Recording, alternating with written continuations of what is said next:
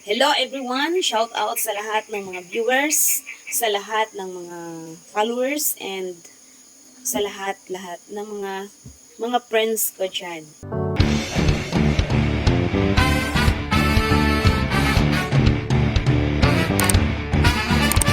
Welcome to our Bible story for today's video. The last video na in-upload ko patungkol sa mga Israelites at sakay Moses. Fast forward tayo, mga friends. Sila ay nakatawid na doon sa dagat na sinabi ko last video. And then, sila ay naglalakbay patungo sa banal na bukid na sinabi ko para doon sila ay magsamba sa Panginoon. Diba, mga friends? And, alam niyo ba, mga friends, kung gaano ka-caring si Lord sa kanyang mga chosen people at kay Moses na leader na tinawag niya? So, ang ganda-ganda, mga friends. Sa mga panahong yun, sila ay dumaan sa wilderness. No?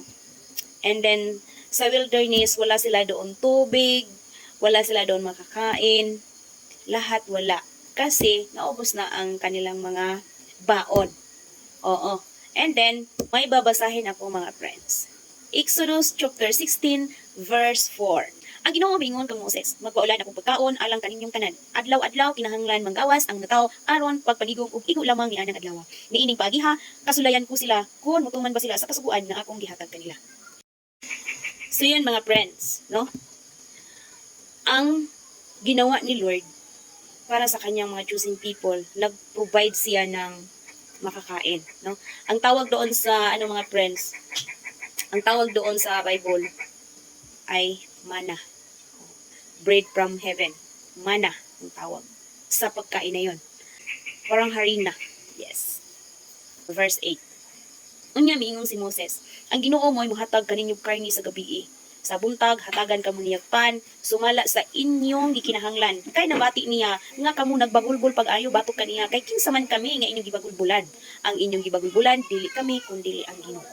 O, nagiingon niya din mga friends na pagkaadlaw, bigyan sila ni Lord ng mana. And then, pagkagabi naman, magpadala naman si Lord ng mga bird, buntok, karni, na para ulam. Ulam sa sa kain nilang mana. Ano sila ni Lord, i-provide ng kanilang mga pangangailangan. No, binigyan sila ni Lord ng tubig, binigyan sila ni Lord ng makakain, mana, no? And then binigyan sila ni Lord ng karni, maulam. Pangalan ato na karni is bunto, sa English is quail. Oh. Yeah, mga friends. Ganun sila kalab ni Lord. And hindi lang sila, mga friends. Tayong lahat na nananalig sa Kanya. Hindi Kanya pababayaan sa oras ng iyong pangangailangan. Basta ikaw ay tumawag sa Kanya, maghingi sa Kanya, mag-ask sa Kanya ng tulong, na need mo ang ganyan, need mo ang, kung ano ba ang need mo. So mga friends, si Lord, hindi talaga siya natutulog. No? Siya ay to the rescue sa iyong mga pangangailangan. Ito na lang muna, mga friends, ang mai-share ko sa inyo. And God bless everyone. Bye-bye for now. And thank you for watching.